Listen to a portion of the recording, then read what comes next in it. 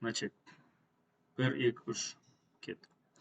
В общем, кеше код естерінде ма? Index.js бізде мына компоненттер естерінде ғой. Чуть еске жақын отырсаңдар болады. Өйткені қатты нетсе маған дұрыс удобно болады. App кодайдың бәрі бұрын кешегідей бәрі Index.js-мізде тұр, бәрі тұр. Енді қараңдар. Менде мына проектте, кстати, не болмауы мүмкін, Axios Maxios-тар соларды қоя салайын. Axios бізде мына жерде жоқ, көрсеңіз. Axios бар. Bootstrap көрейік. Bootstrap та бар екен. Axios Bootstrap бар екен, оларға керек болады. Короче, мынандай бір библиотека керек болады маған.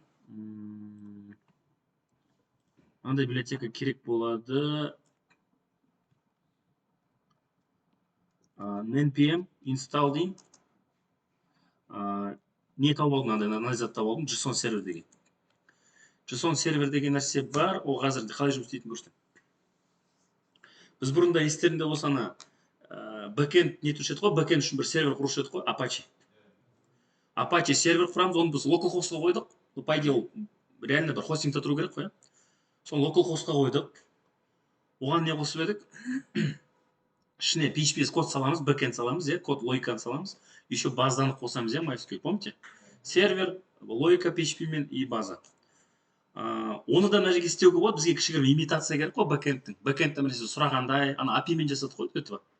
API деген ол сторонний біреудің сайттары ғой, содан сұрап отырмыз. Бірақ ол жерге что неудобно, не жасай алмайсың, create, edit жасай алмайсың да. Тек данный сұрайсың, жаңағы иттердің, суреттерін сұрайсың, ананы сұрайсың. Бірақ өзің ештеңе қоса алмайсың, create жасай алмайсың. Құра алмайсың өзің, новый иттің суретін апарып сақтай алмайсың, база жоқ ол жерде.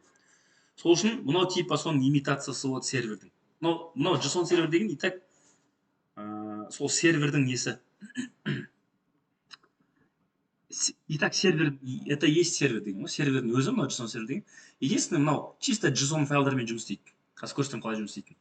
Біз JSON файл ұрып қоямыз, соған бір данныйлар лақтырып қоямыз, данныйлар, бір мәліметтер лақтырып қоямыз, ақпарат. Сол ақпаратты как база данных ретінде көрсетіп, сөйтіп жұмыс етеміз. Но мынау реальный сервер. Просто андай үлкен сервер емес, кішкентай сервер. Чисто запрос ответ үшін арналған бір сервер JSON сервер. Кстати, оны орнатқанда, по идее, мен жаңа вот кеттім. Мына жерге install на всякий случай былай G деп орнатқан дұрыс. Ол глобально орнатылады, мынау. Тек мына проектке емес, бүкіл компьютерге глобально орнатылады, любой жерде шақыра берсең болады. Мен бірақ жаңа ұмытып кеттім, ладно, ничего страшного. Мен бүйттім да JSON сервер дедім, демек ол маған тек Node Modules-қа мына проекттің ішіне ғана тұрып қалды да. Глобально емес, тек осы проекттің ішіне ғана жұмыс істейді. Ну ладно. Айта салайын дегенім. Енді не істейміз? Кстати, мына тексеріс жасаған болады. JSON сервер деген тұру керек. Міне, JSON сервер. Сервер ретінде жұмыс істейді. Енді оған біз қазір JSON сервер запускать етеміз оған. Оны қосамыз. Оны қоспай тұрып, мен мына жерге бір JSON файл құрып алайын, типа база данных болады. Сол серверге арналған база данных болады, қазір көрсетемін. Бірақ оның форматы чисто JSON болады. Ол үшін мен мына жерге аламын да, бір какой-то папка құра салайын, отдельно тұрсын. Отдельный папка құра салайын. Міне SRC керек кетеді, соны түсінейін, неге SRC керек кетеді. Бетейік. Мынаны бүйтіп ажырайықта бетейікші. Прям папкаларда істей салайыншы, SRC емес, осы жерде бір папка құра салайын. Создать папку. Data дей салайын, data.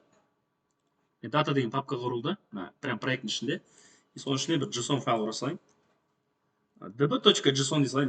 Аты любой, главное, .json болу керек.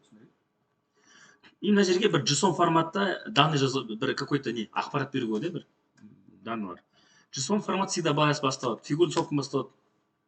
JSON деген айтып едім, ол JavaScript Object Notation. Типа JavaScript-тің объекті ретінде жазылады форматы. Мына JSON тұр. Обязательно ашып жабасыңдар. Жабасыңдаршы көрген просто. И JSON форматында ішінде мынандай қасиеттер. Кәдімгі объект қой, JavaScript-тің объекті ғой, по сути. Қасиеттер былай кетеді. Қасиеттердің аттары тырнақшада жазылу керек. Двоеточие дейсің да, и мән жазасың. Мәні string болуы мүмкін, мысалы, там, не знаю, бк деген секілді. Или, мысалы, h десеңдер, жасы десеңдер, мәні сан да болуы мүмкін. Сан болуы мүмкін, string болуы мүмкін. Мәні string та сан да бола беруі мүмкін, бірақ қасиеттердің аты всегда тырнақшада жазылу керек. Именно string болу. Түсінікті ма? Біз мына жерге бүйтіп жазып қоямыз. Давайте goods деген мән берейік, типа тауарлар, біз жаңа тауарлармен жұмыс жасадық неше, соларды жасайық да. Goods деген не болады? Ол бірақ какой-то бір сөз болмайды, ол кәдімгідей массив болады. Массив товаров жасайық. Массив товаров болу үшін каждый товар как объект ретінде жүру керек, дұрыс па? Дұрыс па? бір объект, бір товар, мынау екінші товар деген секілді бүйтіп кете береді. Окей? И каждый товарды бүйтіп жазайық. Каждый товар не болады? Давайте ID болады обязательно. Скажем, ID болсын. ID сан қылып беруге болады. Керек болса стринг қылып берсеңдер болады, былай разница жоқ. Именно JSON сервер ID-ді стринг қылып жұмыс істейді екен. ID мен стринг ретінде жұмыс істейді екен. Именно осы JSON сервер біз орнатқанша. А так, в будущем база данныхпен жасағанда өздерің білесіңдер, стринг қыласыңдар ма, сан қыласыңдар ма. Біз санға үйреніп қалдық қой, сан қылдық. Бірақ JSON сервермен жұмыс істеп жатқаннан кейін соның форматына жатайық. Ол осылай жұмыс істейді. Ол еще ID-ларды былай істейді қараңдар. Типа буквалар и әріптерді бүйтіп шатастырады екен де, тырнақшаның ішіне стринг қылып лақтыра береді екен ID-ді. Окей? Осылай ұра берген, өзі сөйтіп тұрса, ладно. ID болсын, аты болсын товардың, бір не знаю, там iPhone емес, давайте Xiaomi, Redmi дейсақ, Redmi 10 дейсақ, например, білмеймін, қандайлар бар қазір. Және мысалы price дейік. Price-қа нәрсе берсақ, price-ті давайте сан қылайық. Сан қылайық, integer болсын. Там 175 мың дейсақ, например. И тағы нәрсе басақ па? Қай қалада сатып жатыр дейік, например, без разницы. Қаланы білсе, мына жерге Алматы дейсақ. Все.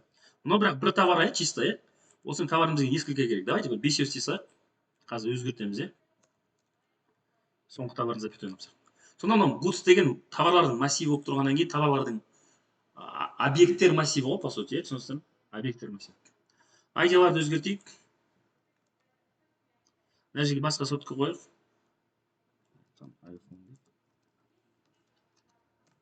Ұрай берейік. Бағасын қымбаттатайық.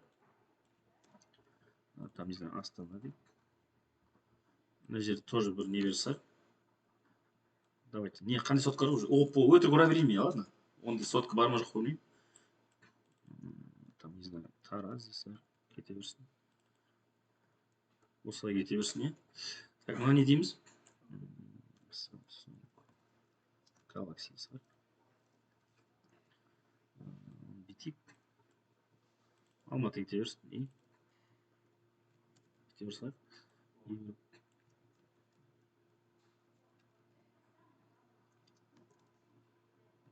Осылай кете берсін. 300. Тоже Астанамыз. Например, ұра берейік. Енді біз қазір нені қосқанда, JSON серверді қосамыз, біз әлі сервер қосқан жоқпыз. Серверді қосқанда білесіңдер, кәдімгі запрос жасауға болады серверға. Localhost бір нәрсе деп. Серверді қосқанда осы файлды, db.json деген файлды, жаңағы JSON серверға айтамыз. Мына файлды как база данных қолдан дейміз. Сонысыздар ма? Типа база данных ретінде қолдан деп осы файлды айтамыз. Ол үшін мен не істеймін? Мен серверді бірінші запускать етейін. npm install жасап алдым, оны мен алып алдым серверді, жүктеп алдым.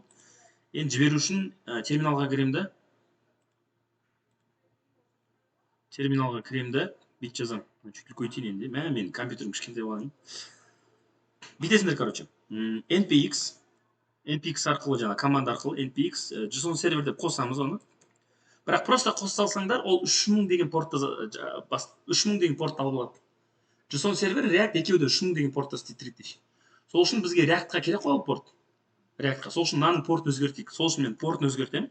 -p деген порт өзгертемін. Мысалы 4000 дей саламыз, любой бір порт жасасамыз. JSON сервер именно 4000 портты запускать етсін. И бұландай нәрсе бар, мынау watch деген сөз. Былай жазуға болады, watch деп. Watch деген қара, қара, смотри куда-то. Или қысқа бит жазуға болады. Watch деген жаңа қай файлға қарайды, қай JSON файлға қарайды. Типа база данных ретінде қай файлға. Мен қазір мына папкада тұрмын ғой. Мына проект папкасында тұрмын. Демек мен ана неге кіру керек мен? Data деген папкаға кіру керекпін. Оған кіру үшін бит жазамын. Міне, мынау не деген сөз? Мына өзімнің папкамда тұрмын деген сөз. Мен қазіргі папкада тұрмын. Оның ішінде data деген папкаға кіремін. Оның ішінде db.json. И все. Осылай запускать етеміз. Кішігірім нелер бар осындай. Осындай заттар жазу керек. Міне, маған бірақ undefined деп береді, білмеймін неге. По идее, undefined емес, localhost қой. IP жоқ үшін undefined деп беріп тұрды астында. Көрсің бе? И /goods деп береді сразу дайындап. Неге? Өйткені сен db.json-ның естерінде болса, мына массивтің аты goods қой, сразу осылай дайындап береді, типа, осы атын қойып береді. Енді қараңдар, алсам, көрсеңдер порт 4000 деген тұр. Типа сервер 4000 портта істеп тұр, типа Apache секілді ғой 4000-да істеп тұр. Бізге қатысы жоқ React-қа вообще. Ол өз-өзіме істеп тұр. Сонымен копировать етемін да. Бір неге бар. Undefined орнына localhost деймін бірақ, localhost 4000 goods/goods. Көрдіңдер ме? кәдімгі маған жаңағы API секілді жұмыс істеп тұр, ответ беріп тұр. Goods десе маған массив берді. Массив көрсін бе, ашылады, жабылады. Деймін ба? Міне. Массив ішінде товарларды былай объект ретінде, массив объект ретінде берді. Енді мен бүйтіп жазсам, біреудің ID-ін аламын да, ID-ін біреудің, не? Бір товардың ID-ін аламын, например, мынакі. Oppo, е? Slash goods, е? Slash деп мына ID-ін берсем, slash goods, slash ID-ін берсем, конкретно сол бір товарға кіреді. Оның бәрін JSON істеп тұр, JSON сервер істеп тұр, JSON сервер. Бізге кайф емес пе? Бізге API-ға барғанша осылай өзімізде типа локальный сервер болады, соған даныларды содан сұрап тұрамыз. Соңғысқа ма? Мынаның бірақ плюсы еще API-лардан қарағанда, API-лардың бәрінде ондай возможность жоқ. Create, edit, delete жасауға болады екен JSON серверінде. Кәдімгі крут жасауға полноценный. Қосу, өшіру, өзгерту, көру деген секілді шамалы. Түсінді ма? Кеттік енді осымен істейміз онда, е? Мынау 4000 портта істеп тұра береді. Біз React-ты 3000 портта қосамыз да, екеу біріне мешать етпейді, екеу екі портта істеп тұр ғой. React-тан серверға запрос жасап тұрамыз. JSON сервер. Как backend секілді қолданамыз. Түсінді ма? Онда кеттік. Мынаны өшірмеңдер, ана қосылып тұра берсін. React-ты жіберу үшін мен мына жерге плюс басамын да, новый терминал ашамын. Мынаған тиіспейді. Сонда мына терминалға мынау қосылып тұрады, мен мына терминалда React-ты қосатын боламын. Екі терминал тұр. Жарай ма? Пока Java салайын. Кішігірім азайтайықшы кодты. Если көрмесе жақын отырыңдар, то маған неудобно. Так, неден бастаймыз? Неден бастаймыз? Өзім ұтқып, неден бастаймыз? Товарларды көрсету керек, е? Товарларды көрсету керек, ол үшін маған не істеу керек? Бір API деген файл құрамыз, е? SRC-ға. API деп, кәдімгідей API-шкімен запрос жасаймыз ғой, сыртқа. Но по идее сыртқа емес, өзіміз жасаймыз. Потому что localhost ішінде тұр. New файл дейік, api.js дейік. И мына жерге давайте бір функция жазайық. Қандай функция жазамыз? Бізге не керек, е? Axios керек қой. Енді серверға запрос жасаймыз ғой. Ол қазір localhost тұрғаннан кейін, біздің компьютер тұрғаннан кейін Axios бүйтіп қолданған қызық көрінеді да, как будто. Но оны сен любой компьютерге қоя саласың ғой. Типа сен өз компьютеріңді қарамау керексің, сен серверға запрос жасап жатсаң Axios қолданасың. Без разницы қай жерде жатыр. Так, Axios дейміз from Axios, е, дұрыс па? Басқа ештеңе жоқ, е? Export, default ке жоқ, функция ретінде экспорт жасайық. Функцияның атын бүйтсек load all goods дейсек, е? Или load goods дейсек па, без разницы. Goods товарларды жүктеу алу, е? Товарларды алу. Или get goods дейік па. Бүйтсек, е? Мына жерге не дейміз? Тең бір функция шық. Export function. Дұрыс па? Но неге не көрсетіп тұр? Неге не көрсетіп тұр? Мен түсінбейтін нәрсе болып тұрмын ба? Return жазып алғаннан кейін ба? Ладно, қазір жазып тастайықшы.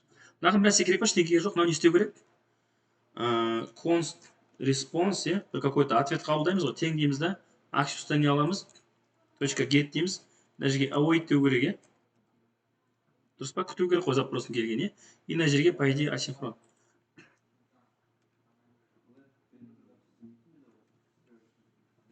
Біз немен бір нәрсесін синтаксисін ұмытып тұрмын, по идее. Не ұмытып тұрмын? По идее асинхрон жасаймыз, это одно. Не ұмытып тұрмын мен, народ? Нәрсе ұмытып тұрмын.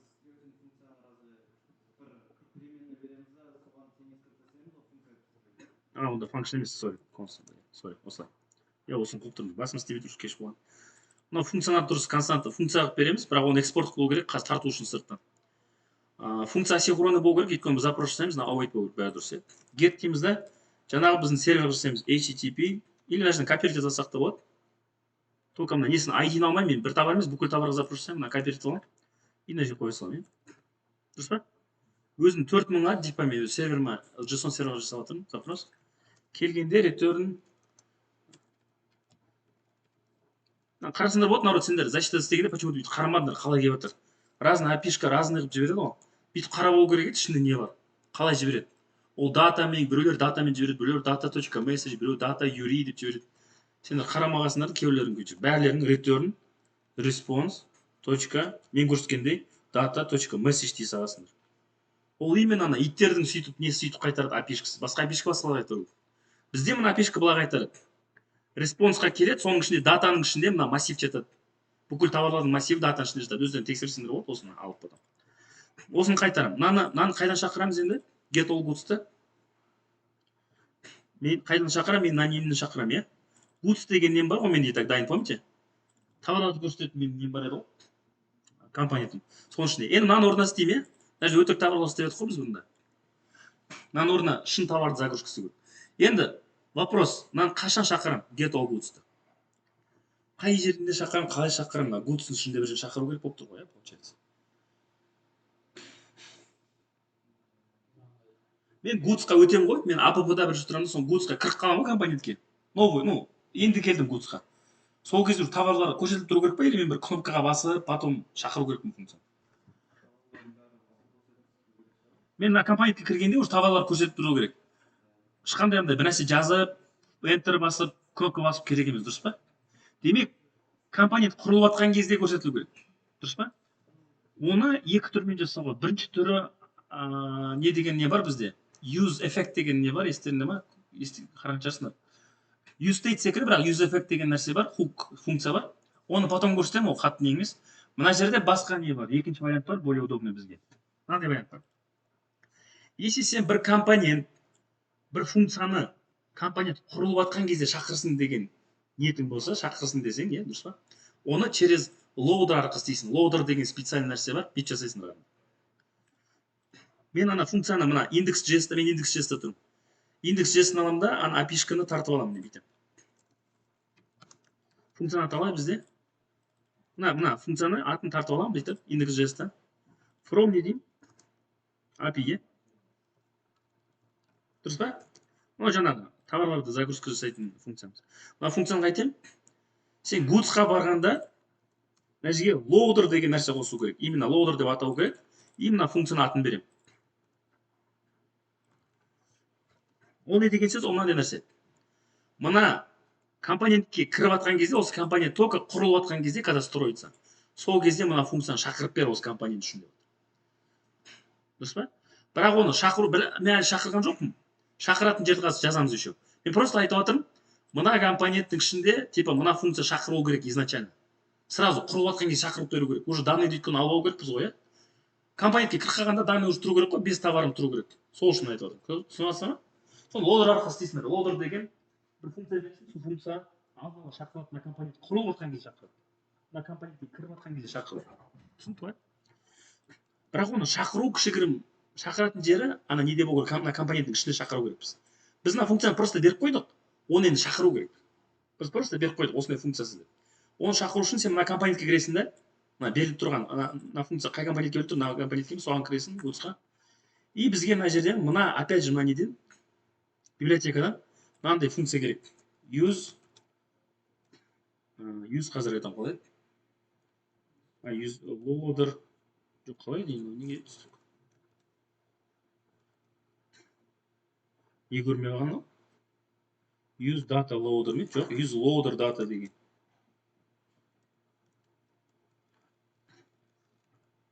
Хопа, прикол. Налар көрінеміз өзі, outlet көрінеді. Нүка. Қазір есіме түсірейін. Сол не айтып отырмын, қара. Use data loader жоқ. Ну, я помню, что я сөйтіп аталады. Use loader data деп аталады. Неге істемей тұр? Біз наны ой-елки, біз наны нетпегенбіз ғой. Біз React Router'ды қондырмағанбыз ғой мына проектке. Айтпайсыңдар ма? Отырыңдар сөйтіп. Біз не істейміз? npm install, иә? Бәсе көрмей тұрсыз. Use loader data, иә? Иә, дұрыс солай. Көрсеңдер мына библиотекада қанша зат бар, иә? Link, outlet, create browser, анау, create browser нәрсе, router provider, анау мынау көп не істейміз. Көрсең, аз айтам. Сен көрінеді ғой қазір, иә? Так, use loader, бәсім. Осындай функция бар. Тоже мына библиотеканы аласың. Мына функцияға қалай жұмыс істейтін көрсетемін. Енді мен all goods деп бұрында стандартты беруші едім ғой. Енді all goods деймін, осы функцияны шақырам. Шатаспаңдар, смысл мынандай, бір рет тыңдап алыңдар. Мен мына жерде айтып тұрмын ғой, сенің loader мына компонент қосылғанда, енді қосылып жатқанда сол компонентке мына функцияны беріп қойдым ғой. Мен просто мына функцияны бердім. Бірақ мына функцияны шақыру үшін сен мына компоненттің ішінде өзінде кіріп, мына функцияны шақыру керексің. Именно осы функцияны, мына библиотеканы осы функцияны алып, осы функцияны шақырсаң, саған loader арқылы берілген функцияны шақырып тұр деген сөз. Сен мынаны шақырғанмен, по сути, саған берілген loader функцияны мынаны шақырып тұрсың, по сути. Түсінесің бе? Сөйтіп жасалған ғой, бір функцияны бересің loader арқылы, бірақ сол функцияны шақыру үшін жаңағы use loader data шақыру керексің. Сонда сен мына функцияны шақырып тұрғандай болсын, по сути. Ананы шақырғанда мынаны шақырғандай болып тұрады. Түсінді ма? Демек мен мынаны шақырып жатсам, иә, мынаны шақырып жатсам, маған ответ не келеді мына жерде? Мен мына жерде, по сути, ананы шақырып жатырмын ғой, ана функцияны жаңағы. Ответ не келеді маған? Массив товаров келу керек, иә? Тексере салайық. Дұрыс па? Консольді тексеріп көрейік деген ғой. И енді көрейік.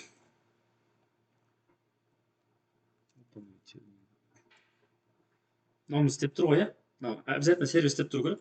Жаңа ответ беретін сол ғой. И npm.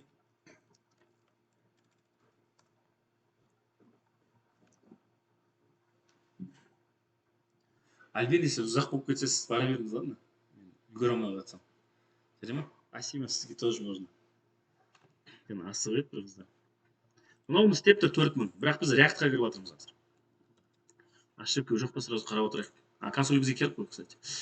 Пока slash good істеп көремін, иә, товарларға. Кірдік. Не дейді, қазір көрейік. Қазір мен. Байде кеп тұр, бірақ неме ошибка көрейікші. With the same key дейді. Кликтер жоқ па бізде?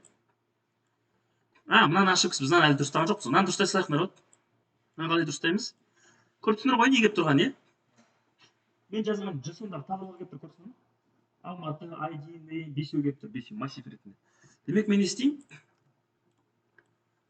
Каждый товармен жүгіремін, мәп ретінде каждый товармен жүгіремін, бүйте салайыншы, good десайыншы, кішігірім түсінікті болсын. Мына жерге каждый товар келеді, каждый товар как объект келеді, каждый товардың теперь ID бар, аты бар, бағасы бар. Кейға как раз таки good'тың ID-ін қолдана аламыз. ID қайталамайды ғой. Кайфе, түсінесің бе? Товардың ID-ін key ретінде қолданамыз. Линкқа не қолданамыз? Тоже ID-ін берейік. Теперь ID арқылы баратын боламыз. Бір товарға барушы едік қой, біз енді ID арқылы баратын боламыз. Түсінесің бе? И мына жерге пока тупо нені жазсақ, номер емес, товар дейік, или ат чисто атын жазсақ, атын бүйте салайықшы, good жазайықшы, good. Просто атын жазсайшы, good.name ғана берсек. Болды. Көрдің бе? По сути, запрос жасап тұрмын JSON серверға, JSON сервер маған қайтарып, мен React-та қайтадан көрсетемін. И несін көрсеңдер, печатать дейміз қалай? Несін көрсеңдер, мен нем кішкентай болғаннан кейін, жерде экран кішкентай болғаннан кейін придется осылай. Қараңдар. Goods ID тұр, көрдіңдер ме? Goods ID. Сілтемелер. Түсінесіңдер ме? Goods ID. Түсінді ме? Қазір барамыз, бірақ ана жерде түк болмайды, просто мынаны әлі дұрыстаған жоқпыз ол настроенияны. Но главное барып тұр, көрдің бе? Барып тұр. ID-ін көрсетіп тұр мына жерге. Парамыз тауып қой, біз кеше парамыз тауып. Түсінді ме? Мынаны кеше біз істедік, астында бүйтіп шығатындай. Бір группамен ұмытып кеттім істеп, мынаны ма біреуін ұмытып кеттім істеп. Так, енді не істейміз? Мынаны істедік. Енді былай істейік. Мынаған басқанда мына жерде бір товардың полный информация, мына жерде біз ана жерге қойып қойшы, ана жерге қойып не істейік біз? Аутлетті мынаның оң жағына қойықшы, типа визуально мына жерде тұрсыншы деген ғой. Қалай істейміз оны? Мынаны бір div қаласылар. Дұрыс па? И мынаны HR керек емес енді ол, бізге вертикальный керек. Аутлетті тоже бір div-қа қойсақ.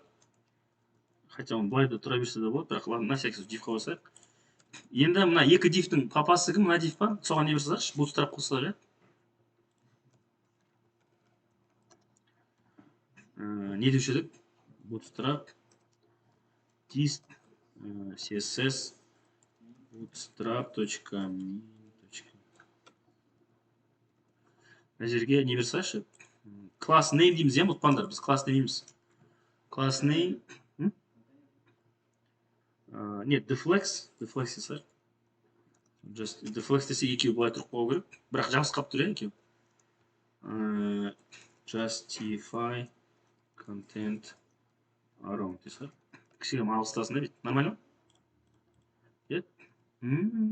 Күшті. Мына жерде бірақ көрсетпейді, мынаны дұрыстау керек. Енді қараңдар. Лоудерді түсіндір ма? Самое главное жерде.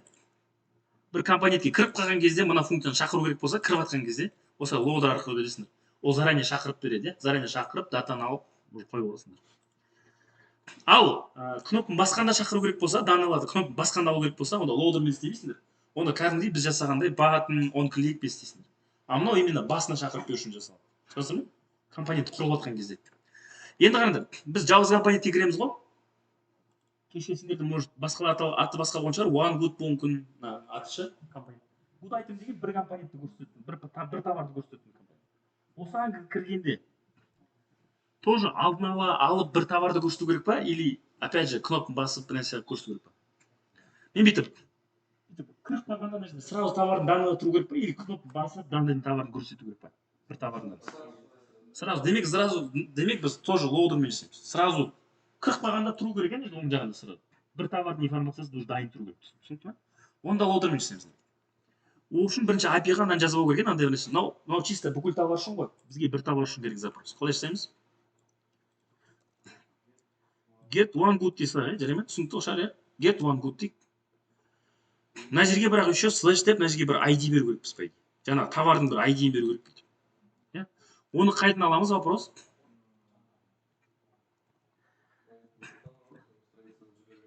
Оны қазір көрсетем қалай аламыз, примерно қазір көрсетем, давайте. Оны былай аламыз. Бірінші мынаны жазып алайық.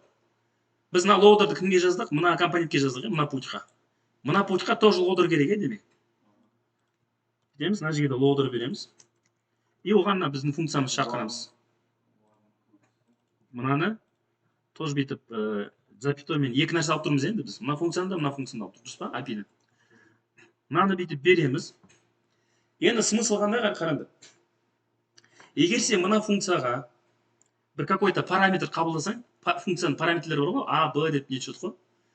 Мынау да функция ғой, по сути, JavaScript-тің простой функциясы. Если сен мына функцияға, біз мынаған помните, қабылдаған жоқпыз ештеңке, потому что бізге ештеңе керек жоқ болды. Мына функцияға бір нәрсе жазсаң, типа, не знаю, там, какой-то пр дейсің, параметр дейсің, пр болсын. Сол пр-ны көрейік не келеді.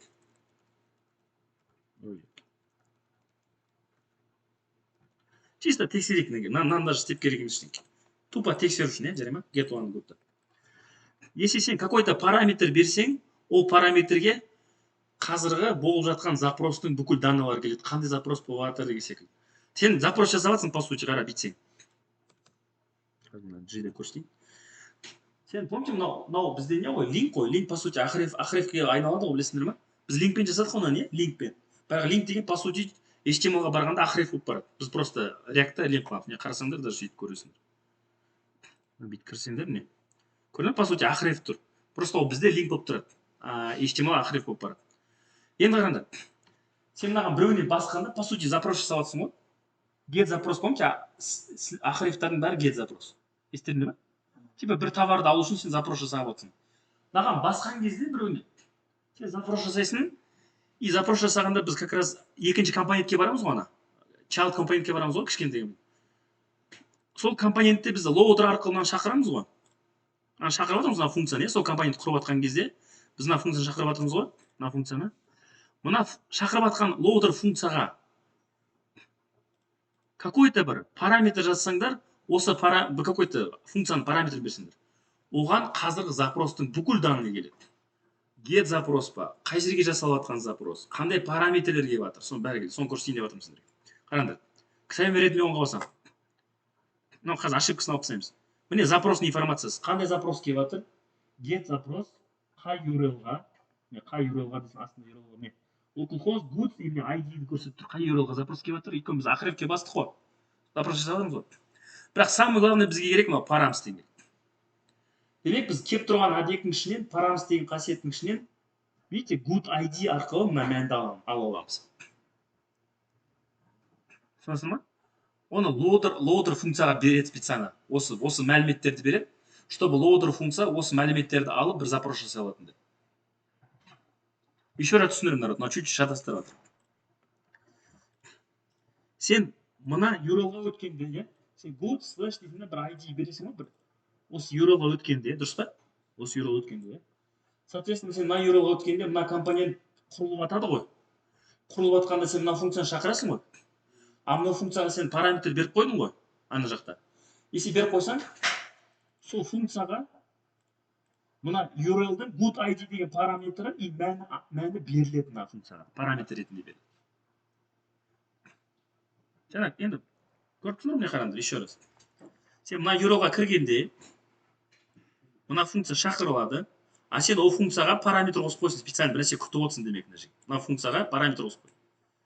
Оған не келеді? Мына функцияның параметріне мына URL-дің мына good ID мәнімен келеді. Демек, URL-дің get запростың параметрлері келеді. Get запростың параметрі болып саналады good ID деген. Түсінесіңдер ме? Демек, URL-дің параметрлерін беруге болады. Оны тек loader функциямен солай, loader функцияға өзі береді мына параметрлерді алады да. Loader функцияда сен какой-то параметр қабылдап тұрсаң, соларды маған береді маған, специально береді маған. Сразу береді. Не көріп тұрсың ғой енді? Сен көріп тұрсың ғой? Мынау қайдан келіп тұр бізге? Мынадан келіп тұр. Біз мына функцияда пырын алып, пырын көрсетіп тұрмыз. Дұрыс па? Ол сөйтіп реак сөйтіп жасаған. Loader функцияға қазіргі запростың бүкіл информациясын береді. Параметр, get запрос па, қандай параметрлері бар. Түсінді ма? Осы чуть шатастыратын по идее адамдар. Loader функцияға автоматын беріледі. Ол реактың жұмысы сөйтеді. Солай өзі. Если сен сұрасаң береді, сұрамасаң бермейді. Біз мына жерде сұраған жоқпыз мына жерде, помните? Өйткені мына жерде ешқандай ID керек жоқ болды бізге. Хотя сұрасаң береді, қараңдар, бүйтейік. Мынаған да пр дейік та, мынаны алып тастайық. Бүйтіп берейік. Мына қараңдаршы, бүкіл товарларды сұраған кезде. Тоже можно. Бүкіл товарға барайын. Мен тоже request келіп тұр. Единственный параметр жоқ. Өйткені мен мына slash goods дедім, ешқандай good ID ештеңке жоқ. Чисто URL параметрлер келсе. Бірақ кәдімгі не? Get запрос. Қай URL-ға запрос кетіп жатыр? Slash goods-қа кетіп жатыр. Бүкіл товарды алу үшін. Дұрыс па, бәрі? Get запрос. Анау мынау клиент, короче. Түсінікті ма? Сонда саған мына loader функцияда бір мәліметтер керек болса, параметрлер URL-дің бір заттар керек болса, URL-дан. Мынаны бүйтіп қабылдайсың, керек жоқ болса қабылдамасаң болады. Түсінікті ма? Біз мына жерге қабылдаймыз неге? Өйткені соның ішінен мына пр деген бізге объект келеді ғой, запростың объекті келеді. Сол запростың объектінен плюс дейміз да, не дейміз? Ішінен жаңа көрдіңдер ғой. Парамст болды, ішінде. Ішінде good ID болды. Именно good ID деп неге береді? Парамст деген всегда парамст болады. А мына өзгереді, мынау қайдан алады, мына жерден алады, мынаның атын алады саған. Мынаның атын алады и мәнін береді, сен URL-када келген мәнді береді соған. Түсінді ма? Демек мен сөйтіп запрос жасаған. Ол маған не қайтарады? Тоже response data деймін, ол маған тек бір товардың бүкіл информациясын қайтарады. Аты, прайсы деген секілді, қаласы, дұрыс па? Оны мен қайдан шақырам? Уже шақырып қойдым, неден? Loader-дан. Әлі шақырған жоқпын. Помните, мына жерде қалай шақырып едік мына goods-та? Use loader data деп шақырамыз. Демек маған тура осындай команда істеу керек. Қайда? Good item істеу керек. Дұрыс па? Ол үшін маған мына жерде нені алу керек? Use loader data. Дұрыс па? Мына парамс уже керек жоқ. Біз парамс сол үшін қолданып қой, мына жерде уже керек жоқ. Ой, не деп жатырмын? Мына жерге берейікші. Good деген бір товар келеді ғой, good дей салайын, дұрыс па? Мына жерге use. Дұрыс па? Мына жерде уже параметр керек жоқ болды. Өйткені параметрді алып, мен ана жақта қолданып қойдым жаңа. Use load one good-тан қолданып қойдым, сол жақта параметр қолданып қойдым. ID-шкасын. Мына товар несін көрсетемін енді? Мына жерге name неге? Товардың аты деп бүйтіп көрсетсін. Енді мына жерге полный информацияны көрсетейік. Товардың аты. Несі бар товар? Бағасы. И несі? City болды. ID көрсетеміз обычно, ID көрсеткен дұрыс. Price. ID керек болса да көрсетуге болады. Ол келіп тұр по идее. Но неправильно немножко. City дейік и көрейік. Енді не деп тұр? Pr is not defined дейді.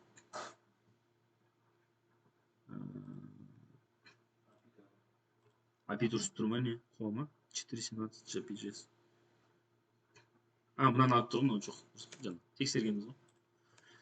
Так. Көрдің ба? Не, бәрі дұрыс қой, бәрі. Түсінікті, енді не жасап көрейік? Вроде осы, еще не жасап көрейік? Қазір әлбейді, қазір. Create жасап көрейік, типа бір товарды қосу. JSON сервер білесіңдер ме қалай жұмыс істейді? Мына жерде не бар ма? Postman бар ғой, Кстати, мен Postmanмен көрсетейін. Postman деген тема білесіңдер ме? Postman деген мынандай тема. Сенде бір бэкэнд тұрады ғой.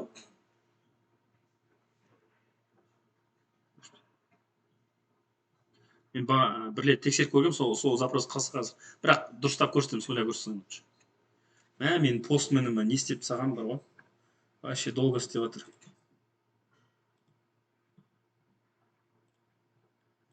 Короче, Postman деген мынандай тема, тоже вообще көрсетейін. Postman деген сенде бір бэкэнд бар, Бэкэнд тұр, бізде запрос жіберсең, ол саған ответ жібереді. Запрос жіберсең, ответ жібереді. Бізде уже тұр ғой, мына 4000 деген сервер қосылып тұр ғой. Бірақ сен соны тексергің келеді.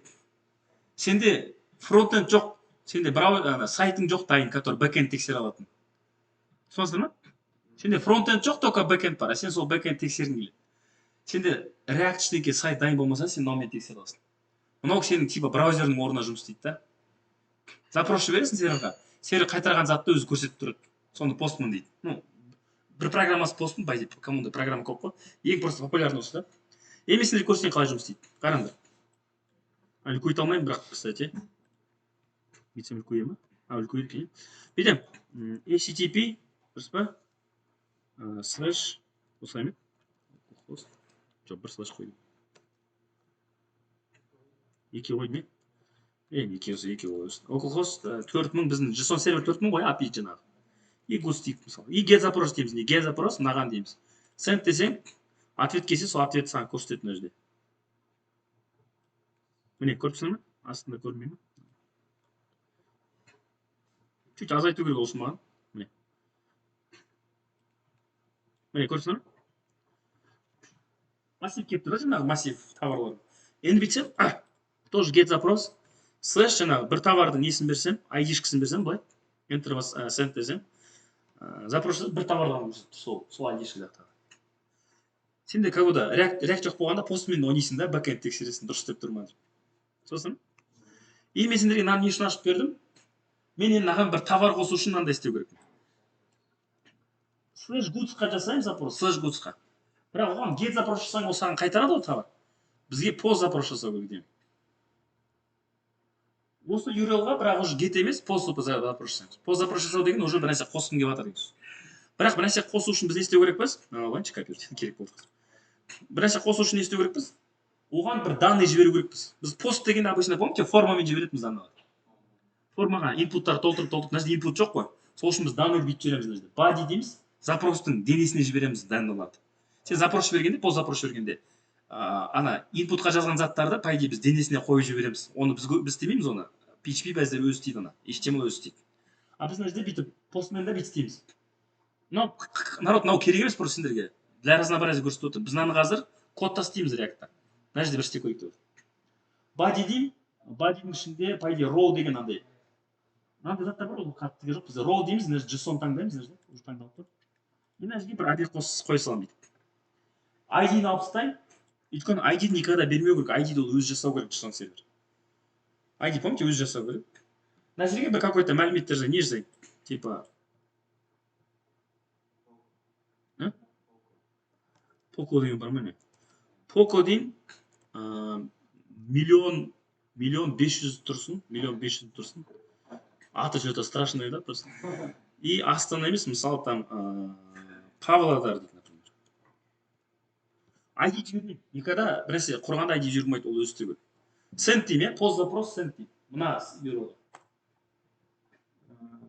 Вроде бір какой-то ответ, кстати, қандай ответ жібереді, қазір көрсеңіздер.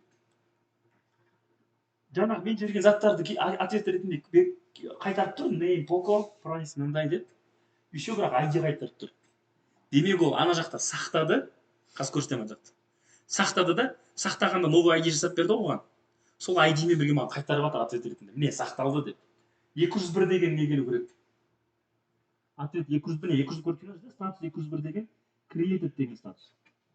200 деген get запрос жасасаң саған 200 келеді ғой всегда. Ол 200 деген саған сен сұраған затың келіп тұр деген сөз.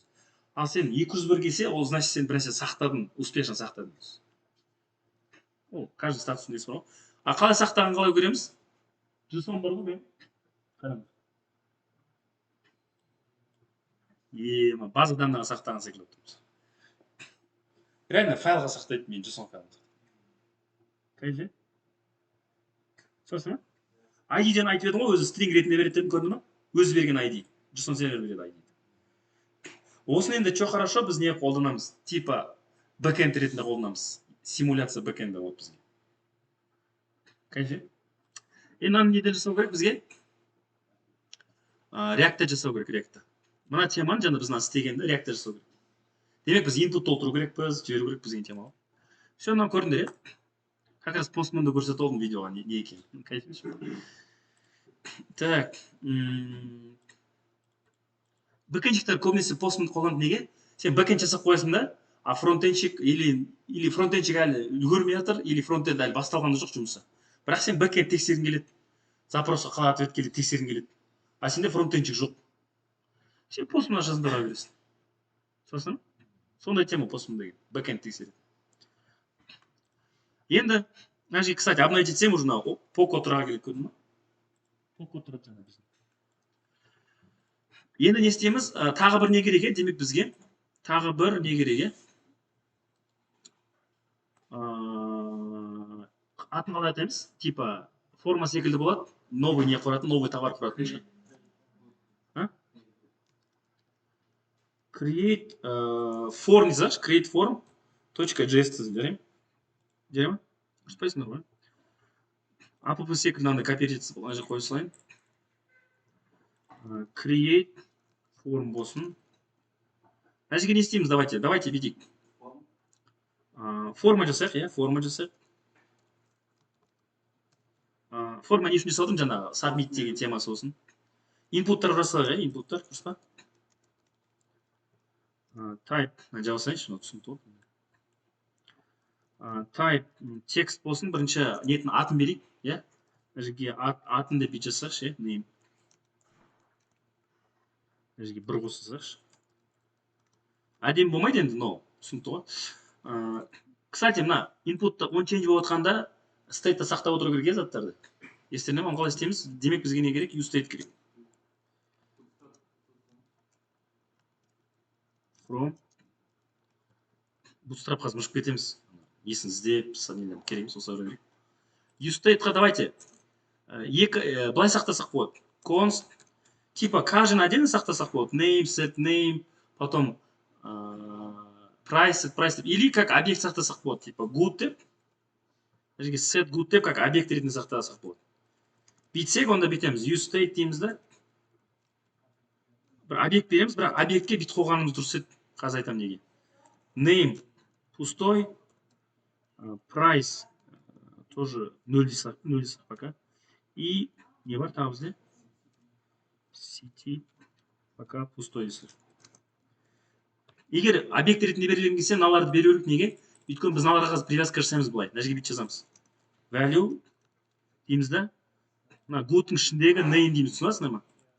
Good'тың ішіндегі name деп айту үшін, онда ол name болу керек та, пустой болса да уже объекте изначально. Түсінесіңдер ма? Жазбай қойсаңдар, ашып шығады. Осылай істей берейік па? Чем шу жасағанша, иә? И мынаны үш рет қайталасайын. Қазір, Альбина. Қазір. City. Қазір, секунды. Price. Price'қа не берсайық, народ? Type, number берсайық. Болды ғой, и button сесайық. Мына жерде 3 input бар ғой, button сесайық. 3 input болғанда мен тексеріп көрмедім, тексеріп көрдіңдер ма?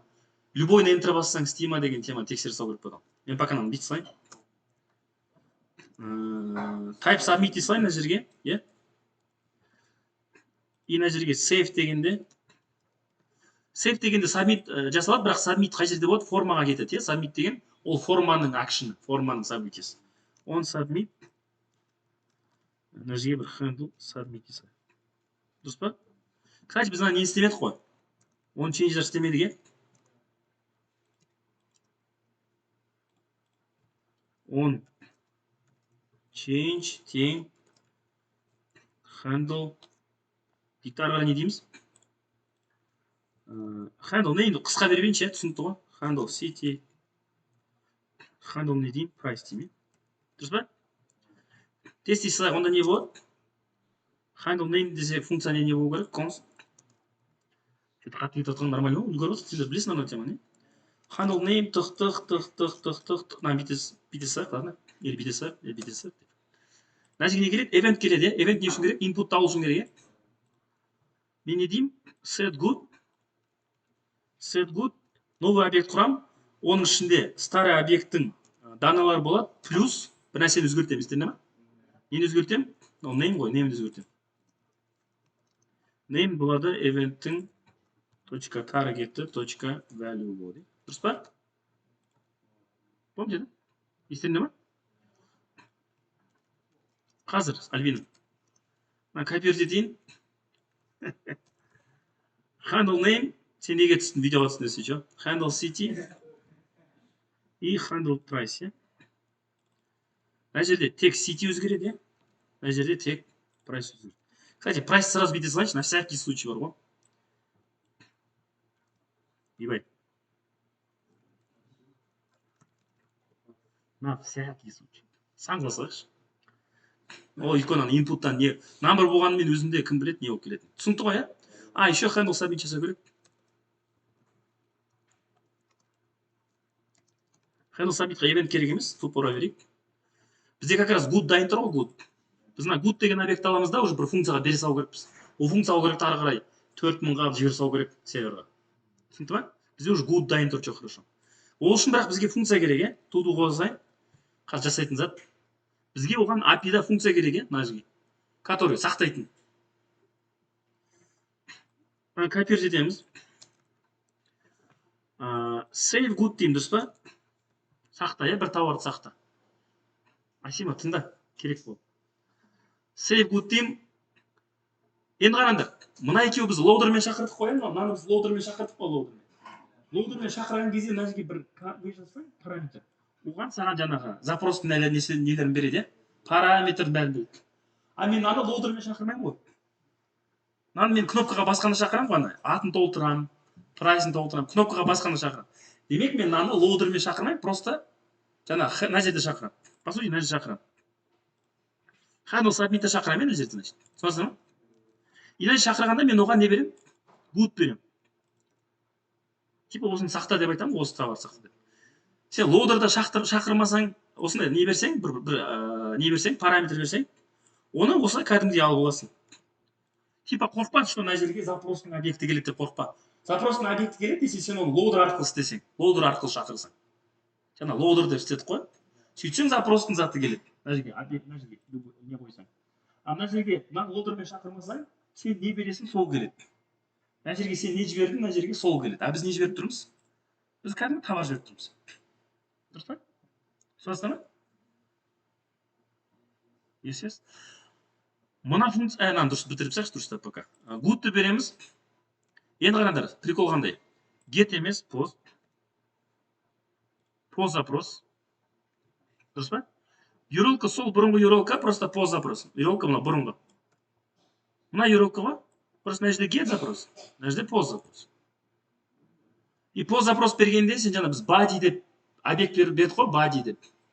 Соны аламыз да, мына жерге через запятую екінші параметр ретінде береді мына good-ті. Типа мына URL-ға post запрос жасап, оның ішіне мына даналарды беріп отырмыз. Товардың данные.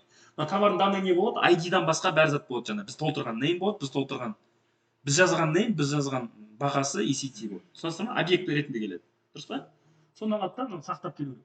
Сақтап келгенде маған жаңа көрінді ғой не қайтарады? Пост мында көрінді ме не қайтаратын? И так мен жіберген даналарды қайтарады, плюс еще ID-мен қайтарады. Вдруг саған керек болады деп қайтарып жатыр да, типа мына товар сохранен деп айтқың келсе, осы саған қайтқан заттың атын көрсете саласың или ID-ін көрсете саласың. Түсінесіңдер ме? Есес? Так что қайтара берсін, на всякий случай керек болып қалады на будущее. Енді мен шақырамын ғой, save good-ті. Қайдан шақырамын? Мына жерден шақырамын ғой. демек мен оны қалай шақырамын? Бүйтіп жазайыншы, сендерге қызық болсын, не болсын, түсінікті болсын. Saved сақталған товар. Уже сақтап қойған товар маған қайтаруға барады, помните, ID-мен. Дұрыс па? Ана көрдіңдер ме? Пост мында көрдіңдер ғой, қалай қайтқан. Await деймін. Дұрыс па? Await қойсам, мынауың, значит, async. Дұрыс па? И мынаны білемін, не істеймін? Мына save good, кстати, алу керек бізге. Import save good from. Дұрыс па? Именно маған келген затты білеймін, консольді пока көрсете салайын, бізге пока керек емес. Жарай ма? Атын ба, ID-ін ба сақтап көрсете. ID плюс ой. Просто для себя информация көрсетер. Сақталғанын көрейік та, сақталған товар келіп көрсетеді. Көрдік па? Сақтап болғаннан кейін, кстати, қайда барамыз? Ешқайда бармаймыз ба? Жарайды, бұра берейікші осы пока. Андай сақтағаннан кейін бір жерге кетіп қалған дұрыс еді. Оны потом істеймін бұлар. Керек. Мен не ұмытып кеттім? Мына неге create формға route жасау керек еді жерге? Естеріңде ме? Slash create жасай, дұрыс па? Смотрсыңдар ма, не істеп қанда? Import create form. Оған да бару керек қой бұл нәрсе. Create дегенде create формға барсын, мына жерге жазбайсыңдар. Create. Көрдің ба? Әдемі. Ашсақ. Кет.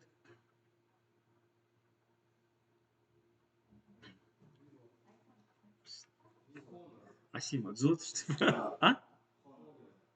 Honda? Ондай бар ма? Күшті мекен ол? Семейдік. И бағасы қанша? 2 миллион болсасын ба? Save дейміз. Мына ұмытып кеттім. Кстати, ол көрсетті. Қара, дыбыс соны көрсек. Істеп тұр ғой. Просто біз бір нәрсе ұмытып кеттік істеуге. Не помните? Handle submit'та не істеуші едік? Мына жерге все-таки event қабылдап. Event.prevent. Үлгермей тұр да, не етіп көрсетіп. Перезагрузка болу керек қой, форманы enter басып. Помните, submit жасаған кезде форма. Қайтан. Тағы бір көрсетіп бердім. Sony, қалай бұрынғы несі? Айт. Experiment жоқ, бұрында біз Sony күшті несі ғой. Жарайды.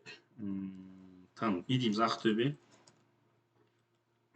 500 теңге тұрсын, енді. Save, көрді ме? ID кеп тұр, и Sony Xperia аты кеп тұр. Сақталғаннан кейін сақталып келіп көрсетіп тұр ма? И неге барсақ, артқа барсақ, Goodsқа барсақ. Sony'да тұр. Honor'да тұр, е? Sony'ға береміз. Honor, Sony. Күшті нәрсе таптың ба? JSON сервер деген. Сонша іздедім, бэкэндтің симуляциясын іздедім, таптым әйтір. Create, еще edit жасаймыз потом, delete жасап көрсетем. Соны как эмуляция секілді, симуляция секілді нете берсек, ота бэкэнд бар секілді. И мынаны бұл болғаннан кейін тоқтата салу керек, е? Все, болдым, кім? Қазір. Бүйтіп кіреміз да, қалай тоқтатамыз білмеймін, бірақ көрейік. Ctrl-C шығар сол, Ctrl-C деп сервер тоқтатамыз. Уже запрос жасай алмаймыз демек. Реактым істеп тұр, бірақ сервер істеп тұрған жоқ. Ол маған ответ бере алмайды. Түсінесіңдер ма? Мен көрдім бе, React өшірген жоқпын. React істеп тұр. Бірақ сервер өшіп тастады. Демек ол уже менде данный жоқ. И енді өшіре салам, потом React-ті өшіре салам. Түсіндіңдер ғой?